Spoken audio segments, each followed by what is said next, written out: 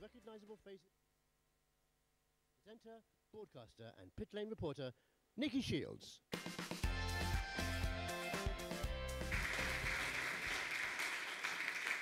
Hello, everyone, and a very warm welcome. Welcome to the rather prestigious Saatchi Gallery. Good to see some familiar faces and some new ones as well. It kind of feels like the first day back at school for some of us. But I think it's safe to say that this is the first time I've ever shared a stage with a robot, particularly a robot of that size. And apparently he is affectionately known as Dave. So everybody meet Dave. And I've been wondering all morning, I've got no idea what is under that white sheet, so I still don't know. Maybe you guys can give me a help later. But hopefully by now you're fully loaded on coffee. If you're not, there's been a waiter. He's been practicing all Christmas, and he's actually just serving coffee over in the back corner. Meet Yumi. He's a tiny little robot, so he will be taking orders afterwards if you fancy trying his coffee. I did this morning, and it was exceptional. Now, we are here today for a really, really big announcement, monumentous in the Formula E history. My name is Nikki Shields, and I've been the Formula E presenter and pit lane reporter since the very beginning. So it kind of feels a little bit like Formula E is about to graduate, and it's suddenly come a long way since the idea was sort of conceptualized on, well, it was actually conceptualized on a serviette initially in a Parisian restaurant. Very technically advanced. If you haven't heard the story, the man who I'm about to introduce will certainly share it with you.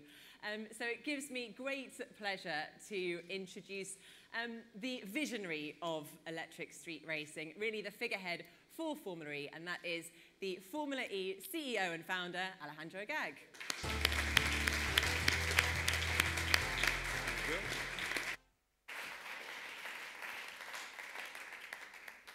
Thank you, and it's great to be here. It's a great day. I want, before I start, because it's a pretty big announcement today. I mean, we've gone a long way since that serviette in that restaurant to where we are today. And before I say what we're doing here, I want to welcome Uli Spitzhofer, the CEO of ABB. Thank you for being here. Cristiana Figueres, the co-chairman of our Global Advisory Committee, the architect of the Paris Climate Agreement, who has accepted now this position with us, which is we're super proud of. And our shareholder, Wick Rosbeck, since the beginning, great supporter of ours. Thank you so much, and all of you.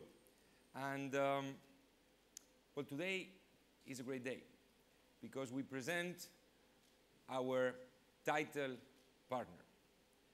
And I cannot really say we present our new title partner, because we never had one. I cannot really say we present our first title partner, because I don't know if we'll ever have a second one. I hope not, by the way. We won't. Because I didn't even know if we were going to have a title partner. That was not part of the plan. Formula E is our baby, and to share our name, to link our name with someone was a really big step for us. So when the idea came up, and it was actually not my idea, it was Uli's Spitzhofer idea, I was in shock for a bit. I was thinking, are we going to have a title partner? But if there is one company that is the perfect match for Formula E, that's ABB. And I'm going to tell you why. Global warming is the invisible menace of our time. The problem with global warming is we cannot see it. We cannot feel it every day. We don't see the urgency of acting, but it's there. It's there, oh yes, it's there. It's very much there. It's very much there, and it's threatening to transform the Earth on a planet where humans will not be able to live anymore. And many leaders, many environmentalists, many activists, some of them involved with us, like Leonardo DiCaprio and others, have been doing an incredibly important job raising the alarm, sounding the alarm, saying this is coming and it's dangerous. And without their work, probably we would not have the tools or the momentum to do what we are doing, what we are trying to do. But we need more.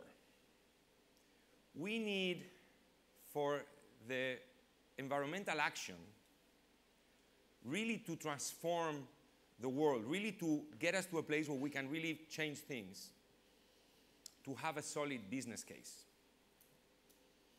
We need that the good things we do make also economic sense. I'll give you an example, and here I come to Formula E. If electric cars are cheaper and better than combustion cars, everyone will have electric cars. The cities will be cleaner. The world will be in the way, in a good way, to stop climate change. And that's only one small example. But that can be achieved only with technology. Technology is the one that will allow us to make real that business case. So we need a second generation of leaders, of activists for the climate. Business leaders that can steer multi-billion-dollar corporations on the right way for the planet. One of those leaders is Uli Spitzhofer. One of those pioneers is Uli Spitzhofer. And ABB. ABB is a company that from charging technology, fast charging, we had a fascinating talk yesterday with Uli about fast charging and the revolution that fast charging can mean for electric mobility, to managing grids, to renewable energy, to robotics, to artificial intelligence. All these technologies together, combined, will make a change. That's why we are going to make that change together. And that is why I am so proud to say that from today, we are the ABB Formula E Championship. Thank you very much.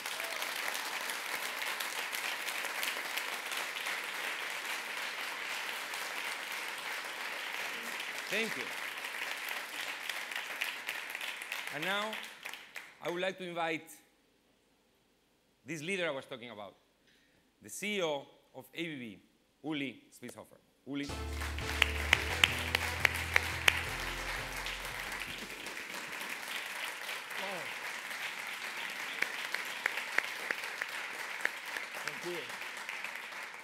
What a day.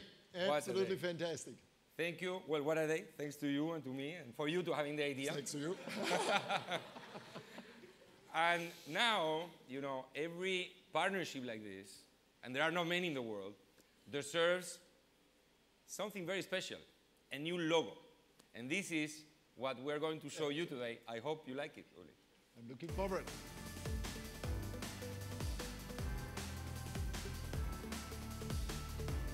That's fantastic. It's great.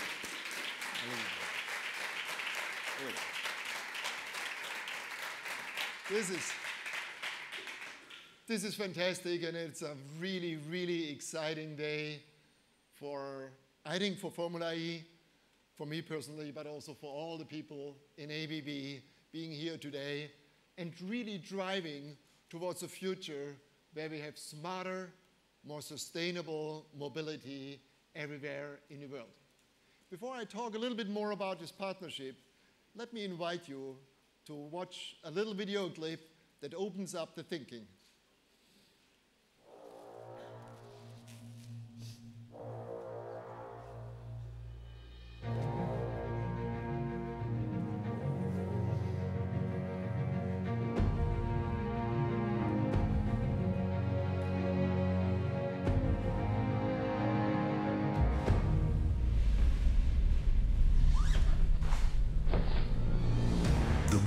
Needs pioneers, those who are not afraid of the new, those prepared to lead.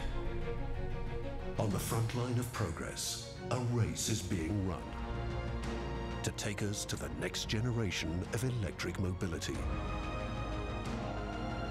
to anticipate the opportunities of tomorrow and make our world smarter and more sustainable.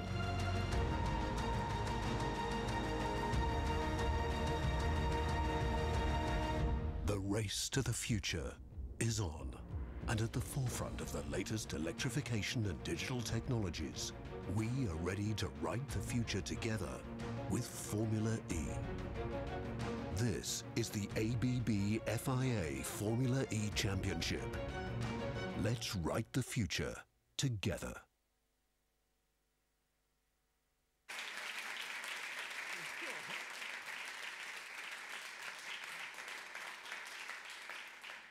So ladies and gentlemen, welcome to this really and truly exciting partnership between Formula E and ABB, and welcome to ABB. Now, not everybody in this room might know us. We are a pioneering technology leader that works with customers in utilities, industry, and transport and infrastructure all around the world. Our 136,000 people in more than 100 countries have only one thing in mind: bringing pioneering technology to our customers. Within our portfolio, one of big business set that we have is focused on bringing, transporting electricity from any point of power production to any point of power consumption to any plug of the world. And we are globally the #1 in this field and drive this business since more than 130 years, continuously to new levels through very strong investments in innovation. In the electricity value chain, there's a lot going on at the moment. And if you look on the demand side, there's more and more energy consumed by wire. Whether you look at the railway sector that moved from coal to diesel to electricity, when you look at the way you communicate today based with data centers and not with letters anymore, there's more and more energy consumed via wire. And one segment where there's a tremendous amount of momentum going on at the moment is the segment of mobility. Mobility in the air. You might wonder what has that to do with electrification. Just 3 years ago, we had a revolutionary partnership, another one, with Bertrand Piccard and André Bosberg, where we took a solar plane all around the world, the solar impulse, without consuming one drop of fossil fuel. On the oceans of the world, on the seas of this world, today, our electric propulsion systems are powering up cruise ships, are powering up container ships, and powering up electric ferries that allow us to have a more sustainable transport out there with much, much lower environmental impact and much more responsible usage of natural resources. In the rail sector, we are leading with our electric propulsion. And in the transport sector on the street, if you just take our bus system that we launched recently, the TOSA bus system, where a trolley bus that goes along different stations, gets charged at every station when passengers get out with a robotized arm in 17 seconds. And when the passengers are on, the bus goes on, which gives us a unique and absolutely exceptional weight to passenger ratio compared to any other transport system. We are truly leading this with pioneering technology leadership in many, many areas since many years. If we come to the world of individual transport, when we come to the world of cars, the world will move towards electric cars. It's not a question of if, it's a question of when and how fast. It's very clear, very soon, electric cars will not only be ecologically responsible to be used, they will be also economically attractive. They will be cheaper to buy, and they will be cheaper to maintain. So this is a very, very attractive value proposition that will help consumers to see the attraction and make the right purchasing decisions towards more sustainable transport solutions for their individual transport. So what does it take to get going? And what are the hurdles that we need to overcome jointly? Most of them, technologically, we are already there. There are 4 things that I want you to have in mind when you think about enabling electric mobility in the future. Number 1, we need to charge the car. We need charging infrastructure all around the world. Today, based on a startup that we set up in 2010 within ABB, yes, you might not believe it, a company with $36 billion turnover can still do startups. We did that in 2010. And today, we have more than 6,000 fast charging stations all around the world in more than 50 countries. We have more than 1,000 people in this business alone, enabling fast charging for cars, But not only the fast charging business is relevant, also the charging at home, where you plug in your car in the evening when you come home. So that's number one. Now, number two is one where a lot of people at the moment make mistakes assessing what is needed, and that is the reinforcement of the grid. If you take the recently launched fast charging station that we did together with Porsche, it is a 300 kilowatt charging stations. When you put the car in, that's like switching on 300 hair dryers at the same time. Now do that at your house and at home, and do that in your street. You will create a blackout, especially when you do 5 or 6 of them in parallel. So the reinforcement, the smart adaptation, and the further development of the grid in line with the charging requirement is an absolute important condition to be fulfilled to get going. We are the market leader in this field. ABB is number one in power grids all around the world. And we are really, really strong in ensuring that we have reliable, predictable power supply, even when we have the volatility of the charging pattern going out there. Now, third, electric transport only makes it very in real sense when you connect it with renewable power generation, whether it's solar, whether it's wind, or whether it's hydro. And we are leading in transporting from any point of power generation, whether it's a solar plant in the desert, whether it's a wind farm out on the oceans, whether it's a hydro dam in the north of China.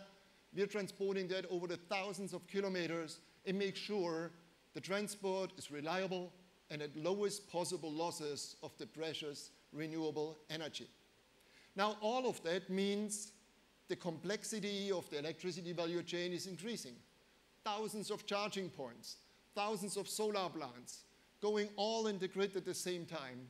And that's the reason why the fourth element is so crucially important.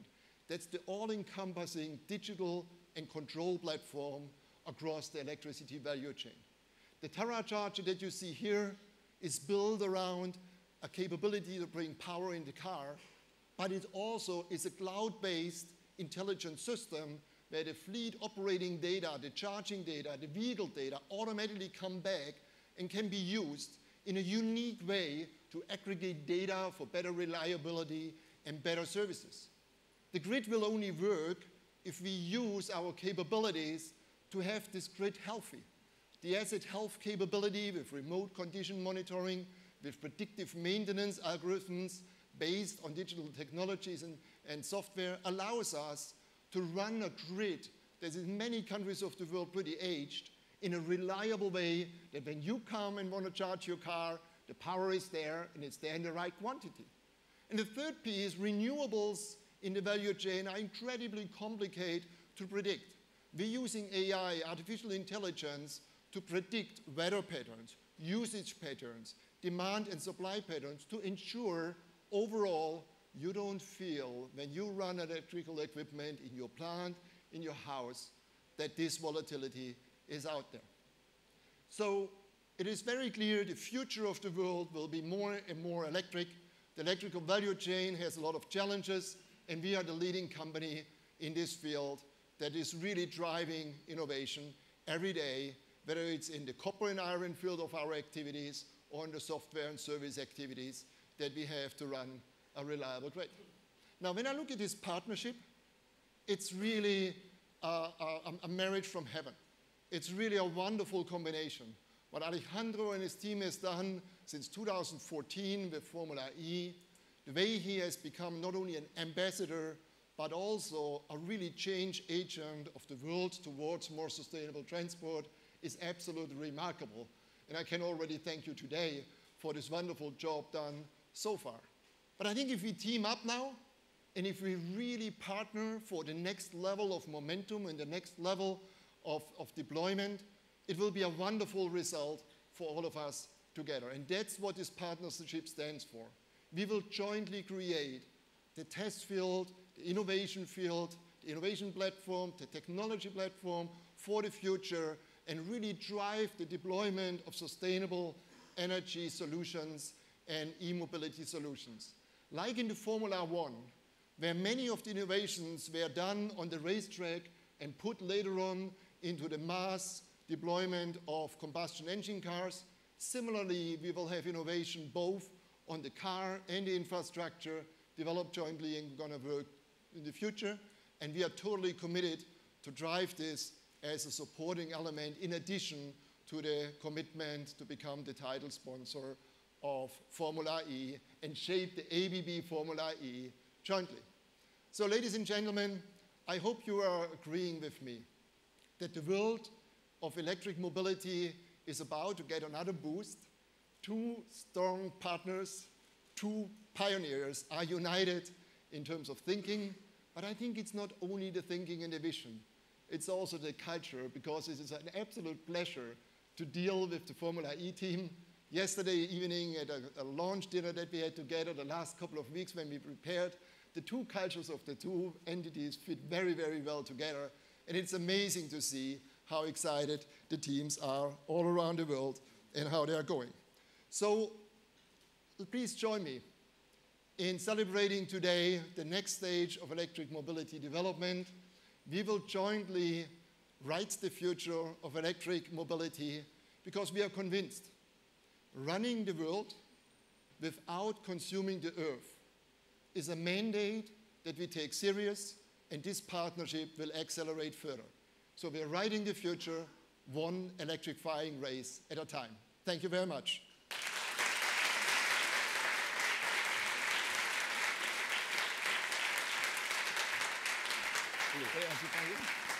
Thank you so much.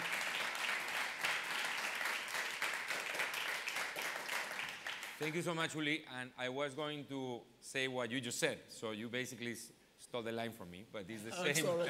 It's the same line. Since we started these conversations that have ended in this agreement, the two teams have been working incredibly well together. The team of ABB, well, just to give you an example, we started this event at 11:30 sharp. So it looks like the Spanish Formula E team is becoming a bit Swiss, which is for sure a good thing. But the relationship between both teams is been fantastic. We have to thank very much the ABB team and my team, who've done a great job on doing this. And I tell you, for me personally, this means so much because when we started Formula E, we were not sure we were going to survive. It was a real startup. I wrote it on this napkin. We started. We almost didn't make it the first season, the second season. Wick knows very well all the adventures we had. And today really is a day which shows that Formula E is here for the long term and really to make great things together with ABB. So thank you so much to you, to ABB, and also, you had a video. So, I want to also have a little video. So I'm always competitive. Yeah, I'm very competitive. So we have another video, and then we will see, I think, Dave here in action. Thank you.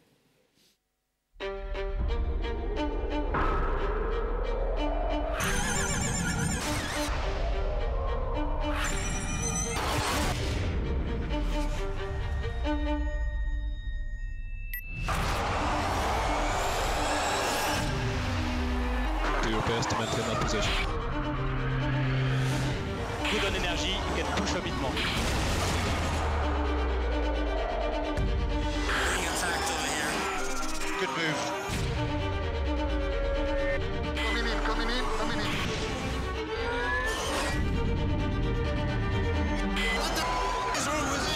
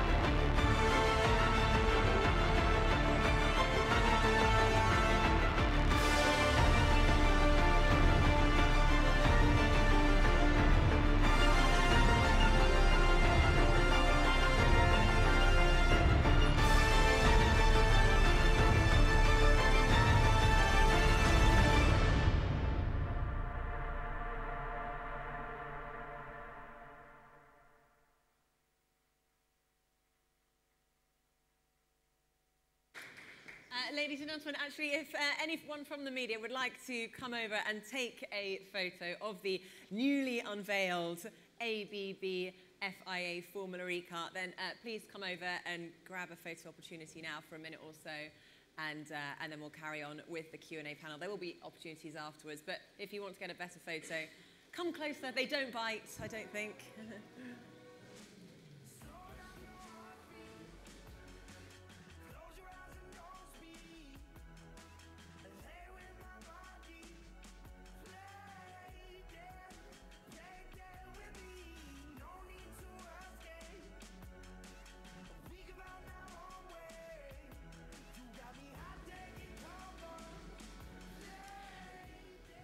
Okay, well, now it gives me great pleasure to introduce someone up on stage.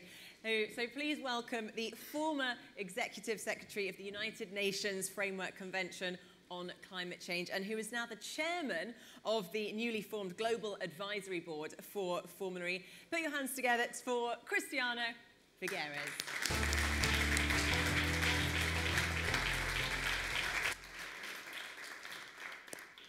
Actually, I'm the co-chair, and it gives me enormous pleasure to actually thank you very much to both of you, because I now thank Uli as well. I first thanked Alejandro a few weeks ago when he had the idea, but I am in gratitude to both of you for having named me together with Alain Prost to be co-chairs of a fantastic group of people who will be giving... do you think these two people need any advice? I don't think so, but they may need more challenging. That is what I think the advisory board is going to do, because we have heard the fantastic vision that has been brought forward by both Alejandro and by Uli. And I could have said exactly the same thing about the race to the future, about electrification of mobility, not just light transport, but let's think about mobility actually as an entire sector that needs electrifying with clean energy. So I am quite delighted to be using, with your permission, the advisory board to continue to challenge this race to the future. Because the fact is, as you have heard, that race toward decarbonizing the global economy is on. It has been going on for a few years. It is unstoppable. It is irreversible. It is happening. It's just a question of how quickly. And from a climate change perspective, how quickly really does matter. It is about racing. It is about breaking barriers. It is about speed. That is what it's all about. Because decarbonizing the global economy 50 years from now will help us absolutely nothing. It is the decarbonization now that is actually going to help us in this, help us address climate change in an effective way. So, my dear friends, since apparently there is a fantastic tradition in Formula E of having serviette ideas, which end up in this fantastic partnership that I completely agree is going to take us to new levels, here is the challenge.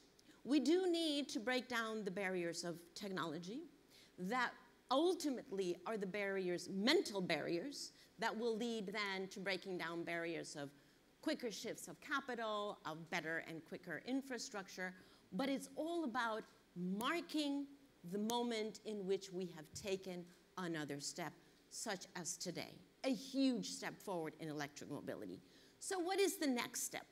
Well, since in Formula E we have a serviette tradition, I thought that I would follow that tradition. And I have a little serviette that says, Museum to the Internal Combustion Engine.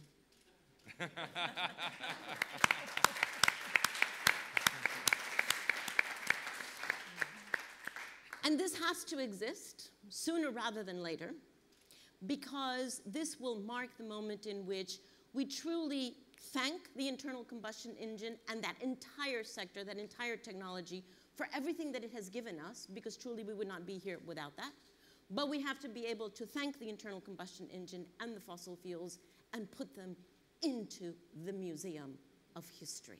So the only thing for the two wonderful, brilliant men here is to put a date. Because because the place is already decided. It shall, of course, be in England, which is where the Industrial Revolution started and where it shall end. But this is for you to decide when are we going to put the internal combustion engine and its fossil fuels into the museum. Please do put a date and then give it back to me because I'm going to keep it. Okay. Thank you.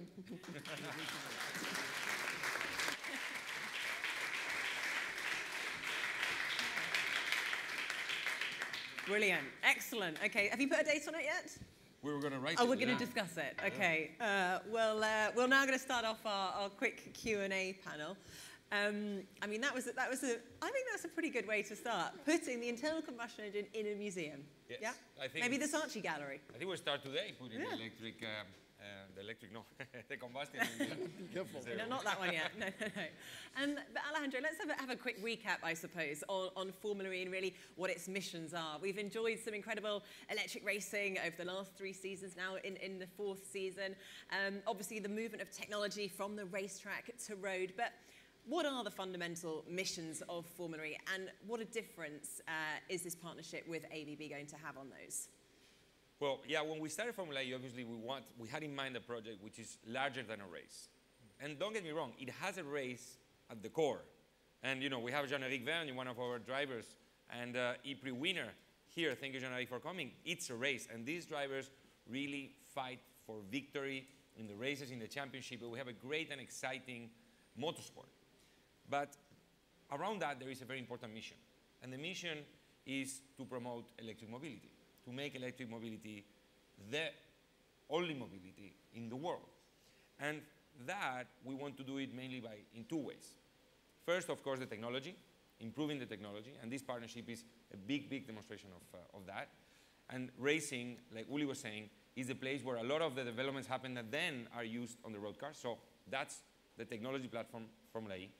But second is also to change the perception about electric cars, to change the feeling people have about electric cars. Because people don't see electric cars, some people don't see electric cars as their option for the daily life, or something cool, or something exciting. Racing wants to change that perception, and we do that with Formula E. So those are the 2 main elements that we really use our tools to basically change the world to electric.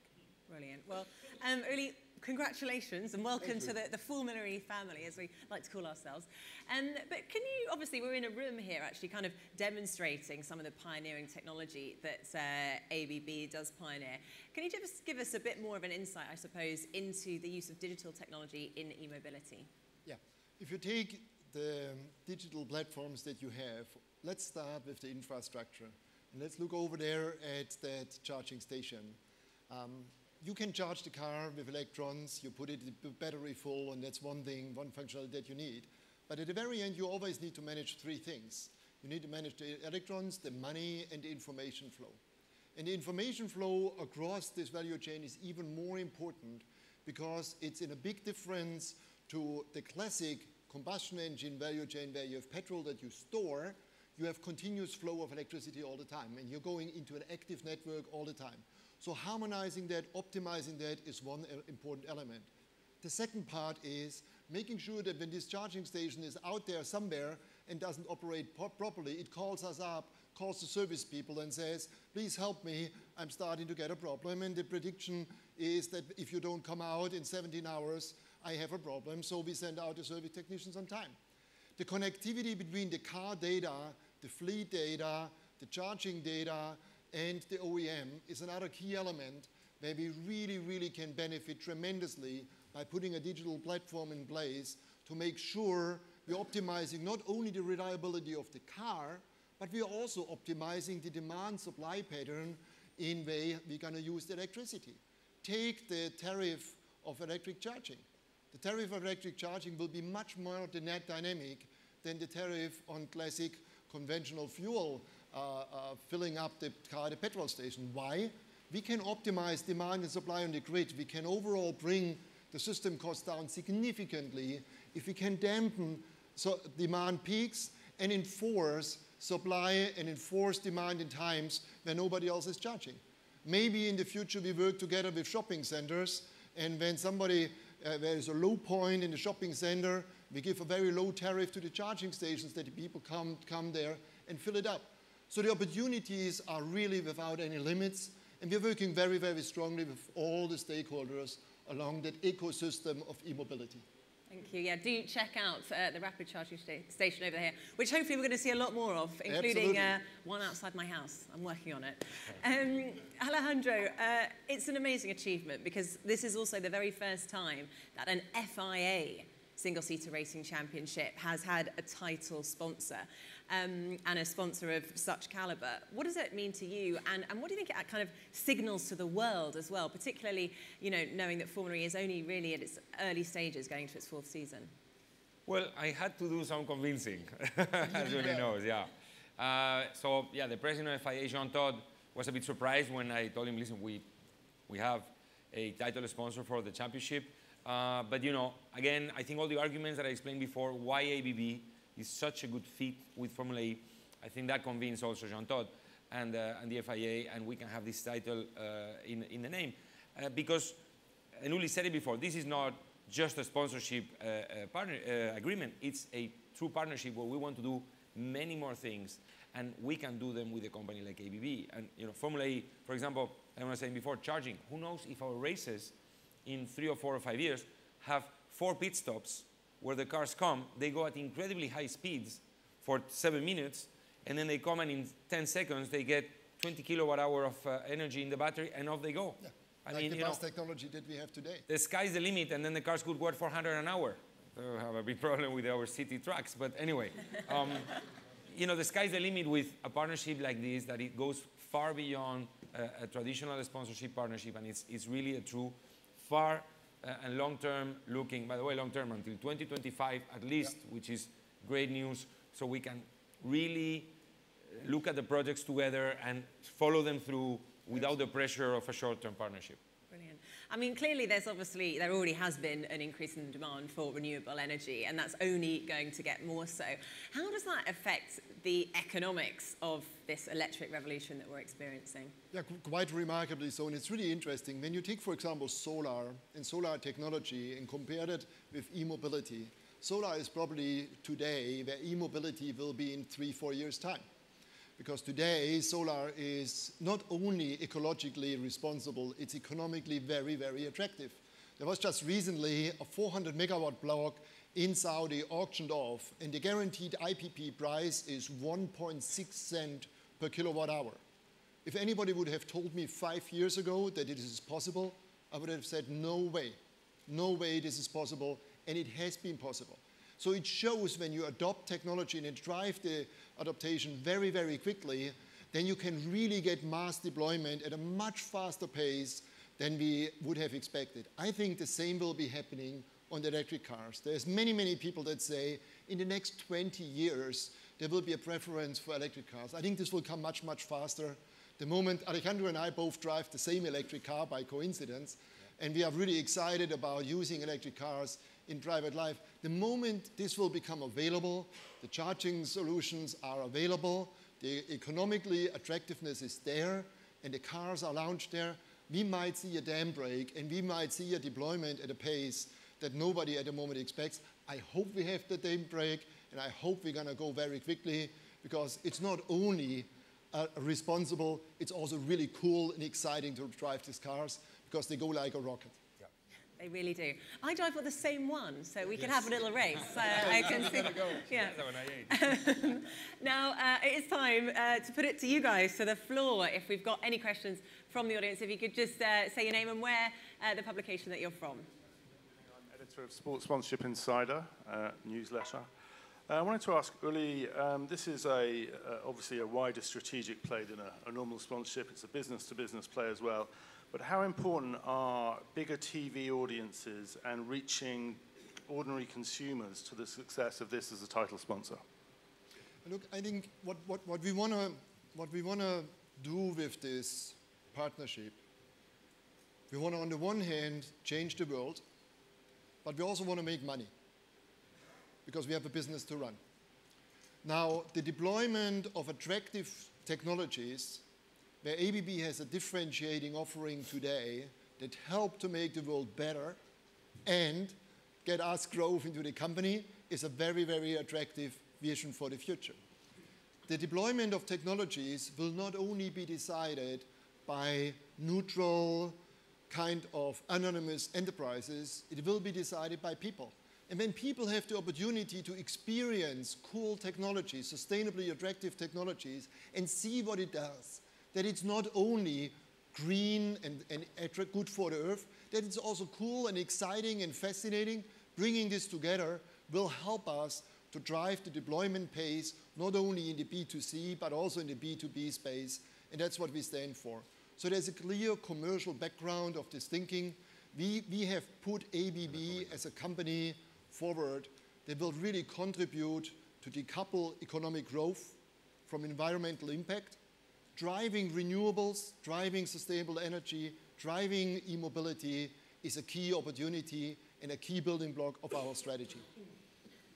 On this one, also to say that TV audiences is kind of a Stone Age concept. I have 4 kids. Out of the 4, the third watches a little bit of TV. The other 3 basically don't. They watch stuff on Netflix, which is through the TV, but it's a digital, obviously, feed, and they watch content on their mobile phones. They watch and they're in social media.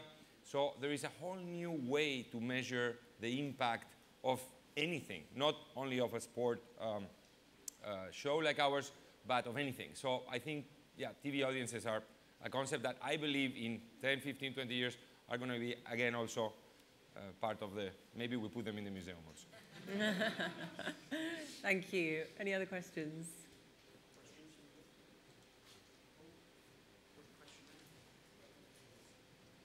Hiya, I'm Florence Lloyd-Hughes from SportCal. We're in the Saatchi Gallery in sort of a very nice part of London. I was wondering, how are things progressing with London potentially returning to the Formula E calendar? Well, I don't have any good news about that, unfortunately.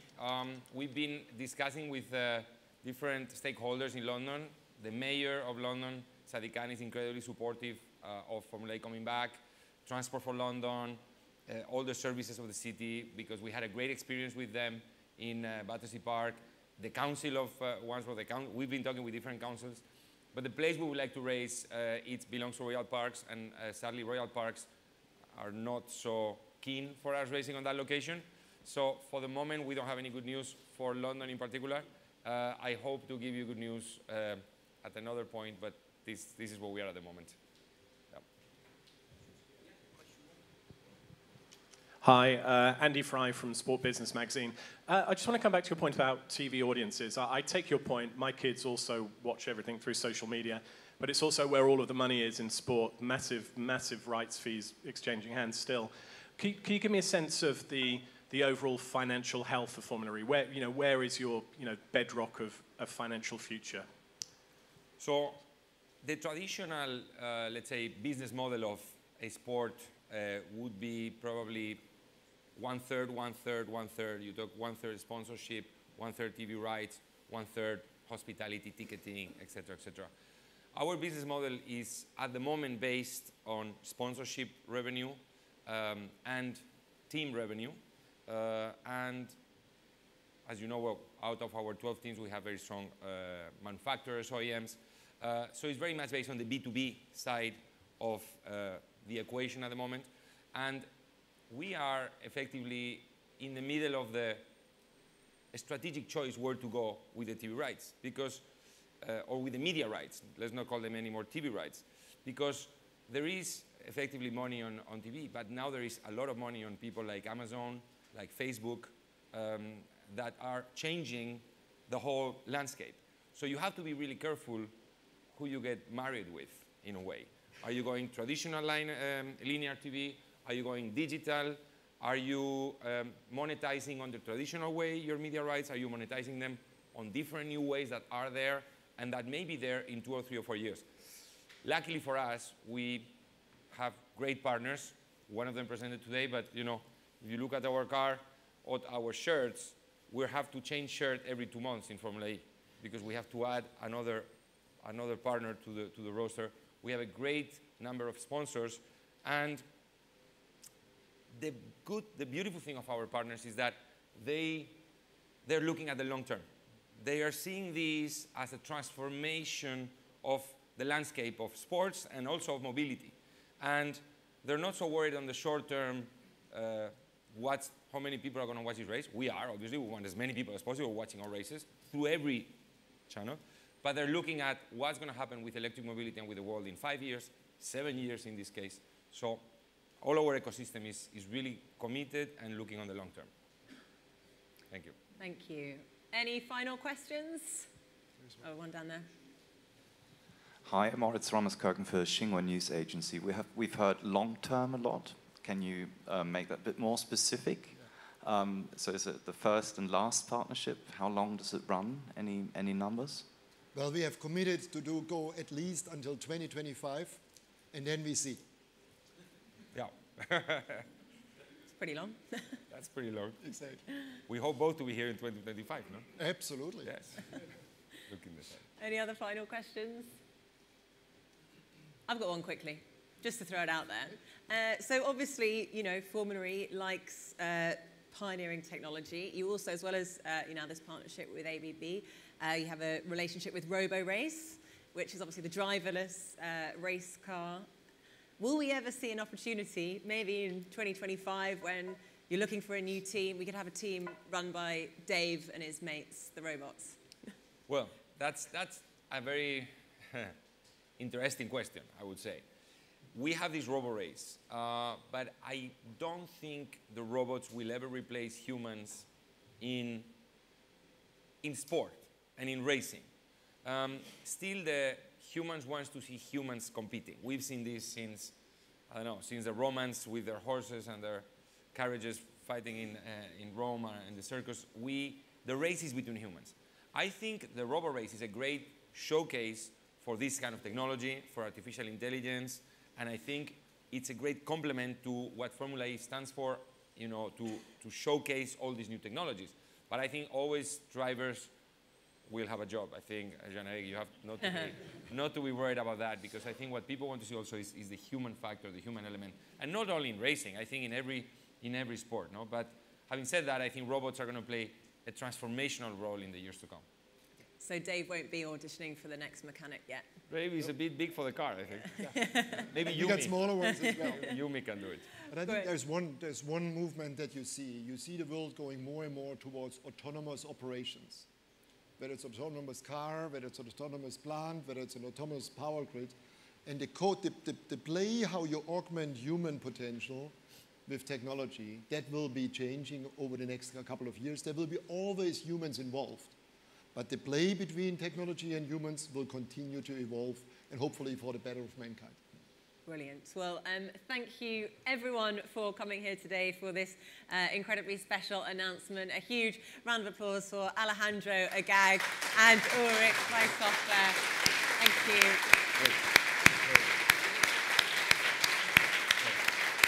Now,